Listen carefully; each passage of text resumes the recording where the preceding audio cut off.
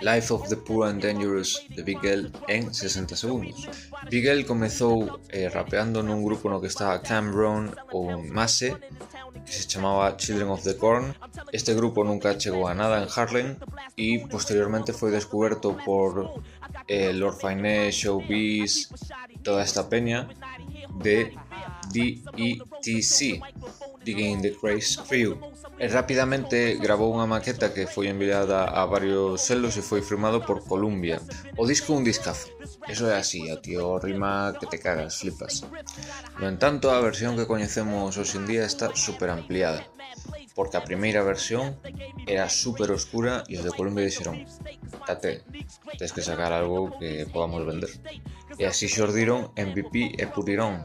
Con produtos de Lord Finesse, Showbiz, Buck Wild, este disco é dos que hai que escoitar por rimas e ritmos.